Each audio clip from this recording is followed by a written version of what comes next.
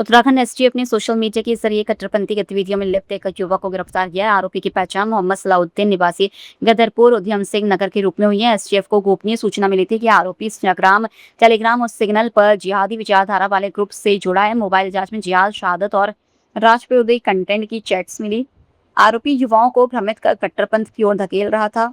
देर रात चले सर्च अभियान में आरोपी की निशानदेही पर एक इंग्लिश पिस्टल, 5 कारतूस, 4 डेटोनेटर और AK-47 के 2 कारतूस बरामद हुए। पूछताछ में आरोपी ने कुछ चैट डिलीट करने और यूपी के निजामपुर निवासी एक व्यक्ति से संपर्क की बात कबूली। एसएसपी एसटीएफ के मुताबिक शुरुआती जांच में पाकिस्तान मलेशिया से संचालित हैंडलर का कनेक्शन सामने आए।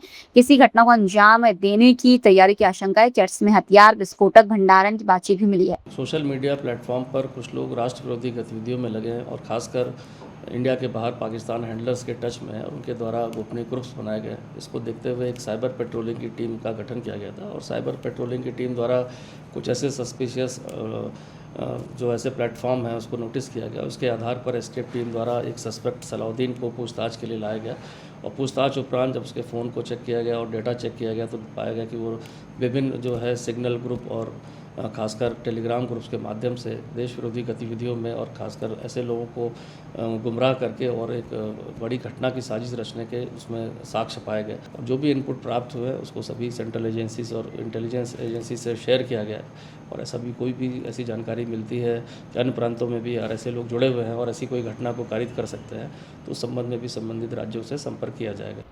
नीट परीक्षा को लेकर उत्तराखंड की धामी सरकार पूरी तरह अलर्ट मोड में है। मुख्यमंत्री पुष्कर सिंह धामी ने आज मीडिया से बातचीत में कहा कि इस बार परीक्षा पूरी पारदर्शिता के साथ कराई जाएगी और गड़बड़ी की कोई गुंजाइश नहीं छोड़ी जाएगी। सीएम धामी ने कहा, हमने अभ्यर्थियों के लिए टिकट फ्री किया है। हमारा प्रयास है कि सभी बच्चे पूरे आत्मविश्वास के साथ परीक्षा केंद्र पर पहुंचे और परीक्षा दें। उन्होंने छात्रों से अच्छी तैयारी करने और निश्चित होकर एग्जाम देने की अपील भी की। मुख्यमंत्री ने बताया कि परीक्षा की शुचिता बनाए रखने के लिए उन्होंने पुलिस महानिदेशक समेत वरिष्ठ अधिकारियों के साथ बैठक की। हम पूरी तरह नजर बनाए हुए हैं और कहीं भी कोई गड़बड़ी की संभावना नहीं है।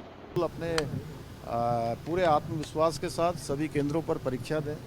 परीक्षा बिल्कुल पारदर्शी तरीके से कराई जाएगी। उसके लिए आज मैंने यहाँ पर सभी अधिकारियों के साथ पुलिस विभाग के पुलिस महानिदेशक अन्य अधिकारियों के साथ बैठक की है और लगातार हम इस पर पूरी तरह से नज़र बनाए हुए हैं। कहीं पर भी अब कोई गड़बड़ी की कोई संभावना नहीं है। इसलिए मैं सभी प्रतिभागी जो इसमें प्रतियोगिता में भाग ले रहे हैं उन सभी से कहूँगा कि अपनी अच्छी तैयारी करें और निश्चित रूप से पारदर्शी व्यवस्था के तहत इन परीक्षाओं को संपन्न करवाया जाएगा। मुख्यमंत्री पुष्कर सिंह धामी की अध्यक्षता में सचिवालय में आयोजित कैबिनेट बैठक में 12 महत्वपूर्ण प्रस्तावों को मंजूरी दी गई। बैठक की शुरुआत पूर्व मुख्यमंत्री मेजर जनरल भुवन चंद्र खंडूरी और पद्मश्री निशानेबाज जसपाल राणा के निधन पर शोक व्यक्त करते हुए 2 मिनट का मौन रखकर की गई। बैठक में शिक्षा, उपनल कर्मचारियों, चारधाम यात्रा, पर्यटन, कृषि, पशुपालन और कारागार विभाग समेत कई अहम फैसलों पर मुहर लगी। उत्तराखंड संस्कृत शिक्षा संशोधन नियमावली 2026 प्रख्यापित किए जाने के लिए प्रस्ताव माननीय मंत्रिमंडल के समक्ष लाया गया था। राज्य में संस्कृत विद्यालयों को मान्यता प्रदान करने, पाठ्यक्रम का निर्धारण करने, परीक्षा संचालन हेतु उत्तराखंड संस्कृत शिक्षा परिषद को विधि द्वारा गठित संस्था के रूप में स्थापित करने संबंधी जो उनकी अधिसूचना संख्या 2024 थी उसका फिर संशोधन हुआ 2023 में। उसमें कुछ संशोधन जो मान्यता प्रदान करने, पाठ्यक्रम निर्धारण और भर्तियों के लिए ले आए थे संस्कृत शिक्षा विभाग की तरफ से, उसको माननीय मंत्रिमंडल द्वारा सहमति प्रदान की गई। विधानसभा चुनावों को देखते हुए राजनीतिक दल तैयारियों में जुटे हैं। कांग्रेस को संगठनात्मक मजबूती देने और चुनावी मंथन के लिए प्रदेश प्रभारी कुमारी शैलजा 2 दिवसीय दौरे पर उत्तराखंड पहुंची, लेकिन पहले ही दिन रात में वह अचानक वापस लौट गई। कुमारी शैलजा के लौटने पर भाजपा ने कांग्रेस पर निशाना साधा है। भाजपा विधायक विनोद चमोली ने कहा कि कांग्रेस में फूट और गुटबाजी है। उन्होंने कहा कि कुमारी शैलजा के दौरे से कांग्रेस मजबूत नहीं, कमजोर होगी। आज वही स्थिति सामने। चमोली ने कहा कि गुटबाजी के चलते प्रभारी बैठक तक नहीं ले पा रही है, जिससे पता चलता है कि कांग्रेस चुनाव तक बिखरती नजर आ रही है और समझा जा सकता है कि कांग्रेस के अंदर कैसे हालात हैं। देखिए, मैंने पहले से ही कहा है कि कांग्रेस में जिस तरह से फुटबॉल हो रही है और जिस तरह गुटबाजी है तो कांग्रेस चुनाव तक बिखरती हुई नजर आ रही है और आज भी बिखराव सामने दिख रहा है।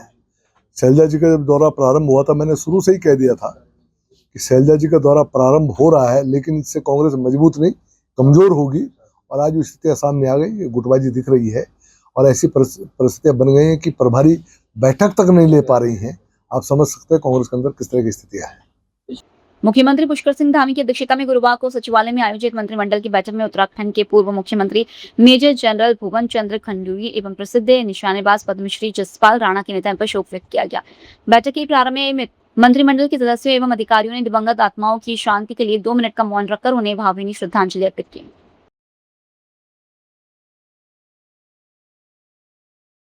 राज्यपाल लेफ्टिनेंट जनरल गुरमीत सिंह ने बुधवार को नैनीताल जनपद स्थित हिमालयन आश्रम सतपुल में आयोजित कार्यक्रम में प्रतिभाग किया।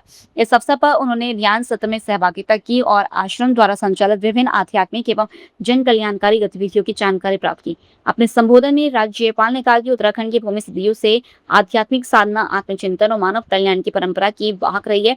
हिमालय केवल पर्वतों का समूह नहीं बल्कि ऐसी चेतना का प्रतीक है जो व्यक्ति को आत्म अन्वेषण और आंतरिक यात्रा के लिए प्रेरित करता है।